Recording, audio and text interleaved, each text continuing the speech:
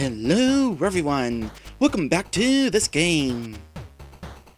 So, I have a theory that I almost brought up at the end of the last episode, but decided it would be better to leave it as a recap. We found this sprockety doodad buried in Lieutenant Beaglor's yard. I have a feeling that this is a piece of machinery that will be at the laboratory that we'll be visiting today, because they are getting ready to experiment with a black hole generator, which will act as a near unlimited power source for the city. Lieutenant Beaglor was going undercover there under the alias of Gary Groverston. I feel like maybe he actually stole the machine part for some reason. Perhaps he is worried that the black hole generator will wipe out the city or something. Either way, I'm guessing stealing the black hole generator somehow through some sort of series of events led to his murder. Like maybe the people who murdered him was involved with this machine part that I'm carrying along. That said, I'm going to be bringing it to the laboratory today. Hopefully we don't end this episode with the end of the world. Before we do that though, as an extra precaution, I'm going to the ganglands again. We're going to head into the pawn shop to buy a book.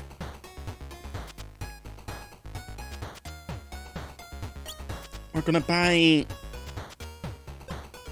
Dark Star Physics. This might wind up being helpful to avoid disaster with this sprockety doodad. As long as we're here, we also have some unfinished business. We found out that Lieutenant Beaglor had been seeing... Oh hey! Mr. Hugu is now our friend. I guess because we bought all his stuff. Well, that's good. But we found out Lieutenant Beaglor was seeing someone upstairs. But before we actually go upstairs, anything new we can do now that we are friends? Many warm greetings, Squidley. I am afraid we are still recovering from your last spending spree. I will say this, Hujun was lying about having seen Dex Beaglor, considering he knew Dex Beaglor had been here. Oh, important question. Do you know the boy in this photo? We have a photo that looks like a blue Lieutenant Beaglor. I found this photo in Dex Beaglor's desk. Do you know the boy in it? Let me see. Ah, yes, I do believe that is young Master Chip. He lives in an apartment upstairs with his mother. I don't know if she is home at the moment. Poor woman works very long shifts. But do feel free to head up and give their door a knock any time you like. I do request, however, that you do not try to enter my own private chambers. Well, that was what I wanted to talk about. If we're friends, maybe we could do that. Nope. So we won't. You have a very trustworthy face, so I am most certain you will not betray my trust.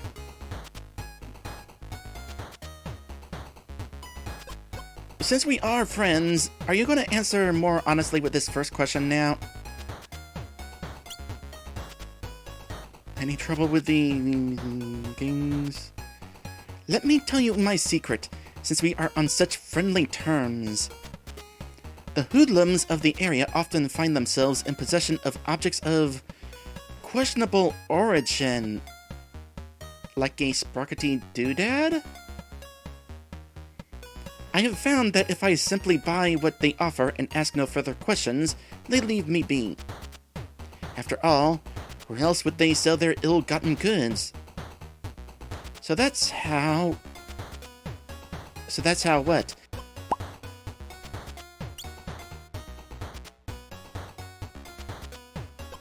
Let's pay a visit.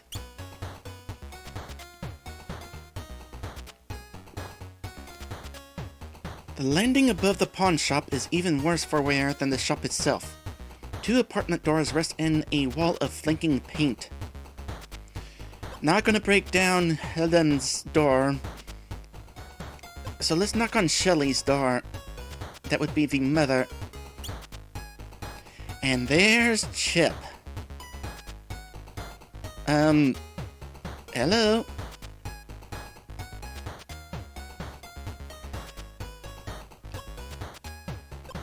Let's go straight to this option. Milton, can you talk to him? Milton, can you speak to this young lad, please? Hey, I'm Milton. Who are you?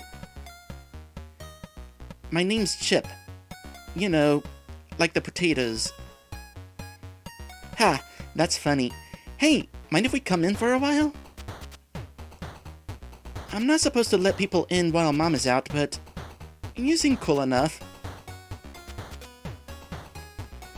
Okay, I gotta say, this adventure so far has been a mishmash of just going everywhere and doing random things at my whim, which is, in all honesty, kind of the point of the game, but it also felt a little disjointed, like I should be focusing just on this one thing. But all the stuff that I've been doing is starting to pay off. Alright, let's start by talking to Chip. Hello there. Where's your mother? Hey Chip, where's your mother again? She's at work in the clothes shop downtown. Oh. So that, well, may or may not actually be Big Mama Zod's daughter, but now we know more about who that person actually is. His mother must be Oh! We've seen that name. I didn't write it down because I didn't think it was important. Of course it's important. Well, I'm writing that down now. Which means he's Big Mama Zod's grandson. And if Shelly and Beaglor had a relationship 10 years ago, I thought this kid looked familiar. Holy crap, that actually did happen. Maybe it was part of the undercover process? Like maybe Lieutenant Beaglor was trying to get to Big Mama Zod through Shelly?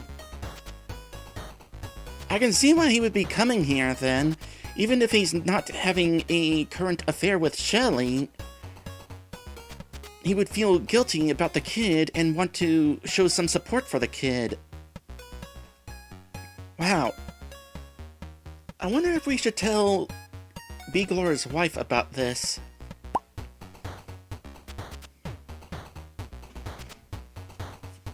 I tell you what. For future reference, this is going to be the last episode of the week. We are ending this week with some revelations. He's Dex Beaglor's son. Tell me about your father. What do you know about your father, Chip? I don't know. I never met the guy. Leave me alone. How would you not have met? He comes here.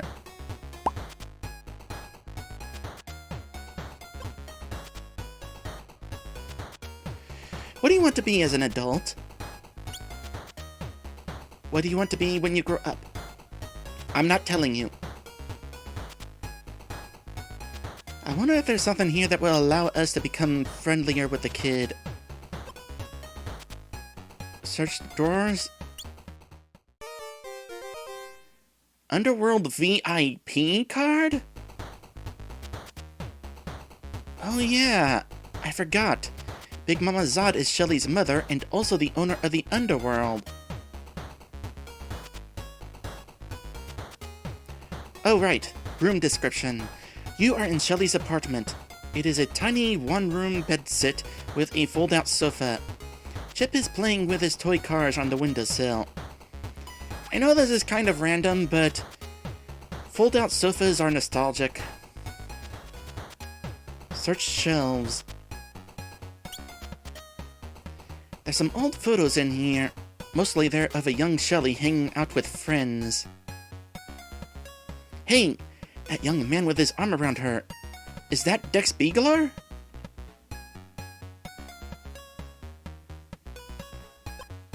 Okay, so not actually going to be able to do much else then.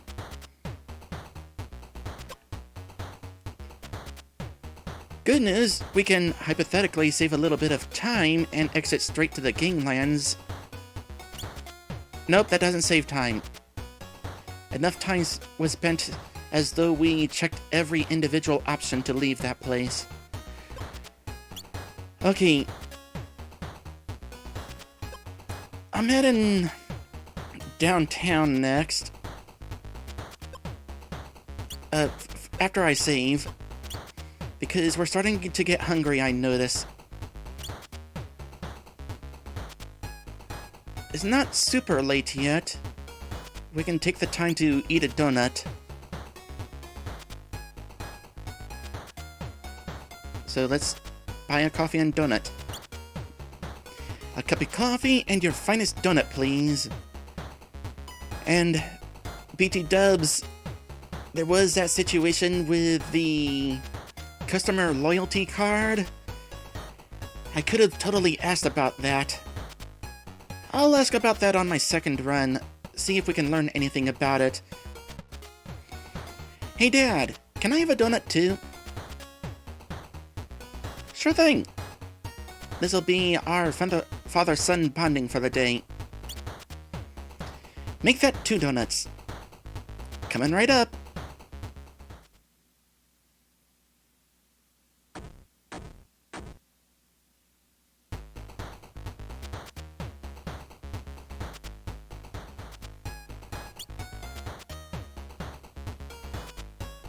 Okay, 15:35. That means it is 3:35. I don't know if the research laboratory closes at a certain time, but we should have enough time to go to the discount clothing emporium and possibly talk to Shelly about recent information we have just learned. Also, Bouncer Brick is here. Let's talk to Bouncer Brick. Leave me alone. I'm shopping. Let's talk to Shelly. Yes? Can I help you? I hear you have a son. Chip, isn't it? It's kinda weird you have that information. Have you been stalking me or something?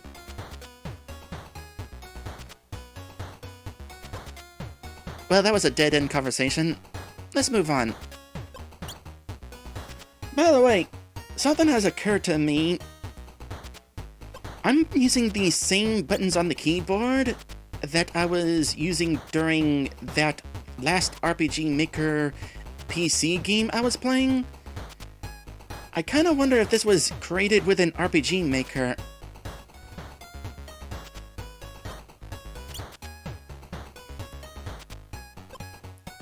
I'm saving on a different file just in case. Okay, 4 o'clock.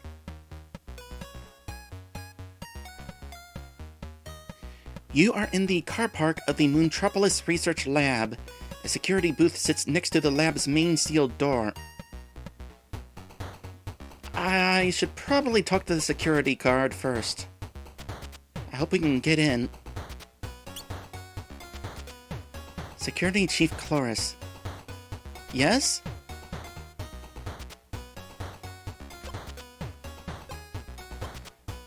I get the feeling this is another character we could possibly date. Just how are you doing? So, how are you doing? I'm on the clock. I don't answer non-work related questions on work time. Yep, there's the dating option. Well, now we know there's no point in asking the other question. Let's see if we can get in. Good day, Doctor. Can I please see your ID card? Certainly. Here you go. Dr. Groverson? Did you get a haircut or something? And lost an eye. It was a lab accident. Oh well, head on in. Wow, really? Really? Oh my goodness. Okay, sure.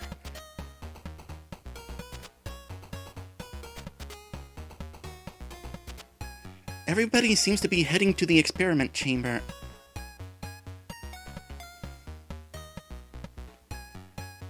Rena Speckle. You're the person, possibly, who wrote the Dark Star Physics book.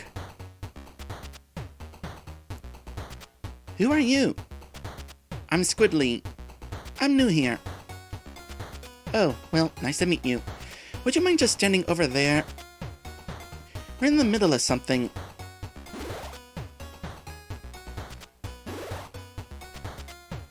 Another character we could date.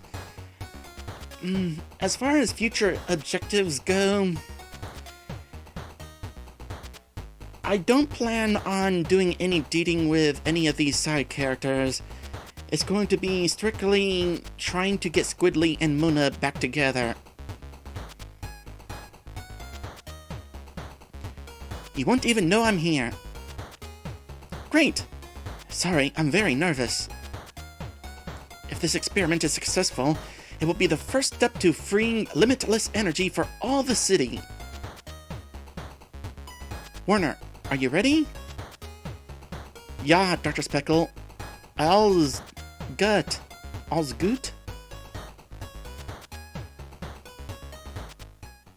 Then let's begin. Maybe I should have tried bringing the sparkety doodad here on a previous day.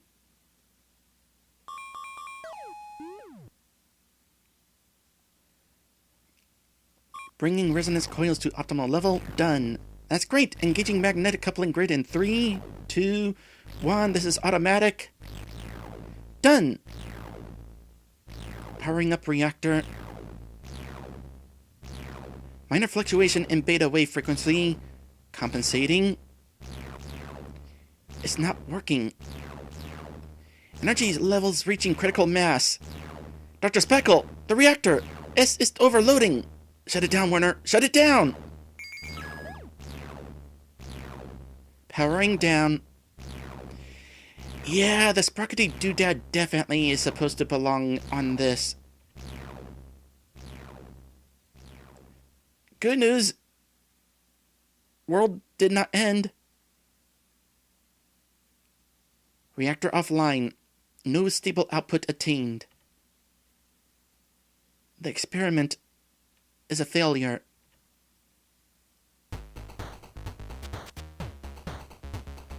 So, I take it that didn't go as planned. What gave that away? Still, I suppose it's not a complete loss. We didn't achieve stable energy production today, but the science behind the concept is sound. We'll just have to dust ourselves off, recheck our calculations, and try again. That's the spirit. So, back to work then? Not straight away. I don't think I could look in another reactor right now if you paid me. No, I think we're going to close the lab for a few days and take some well-deserved time off. Good idea. You deserve it. Thanks, Squidley. See ya around.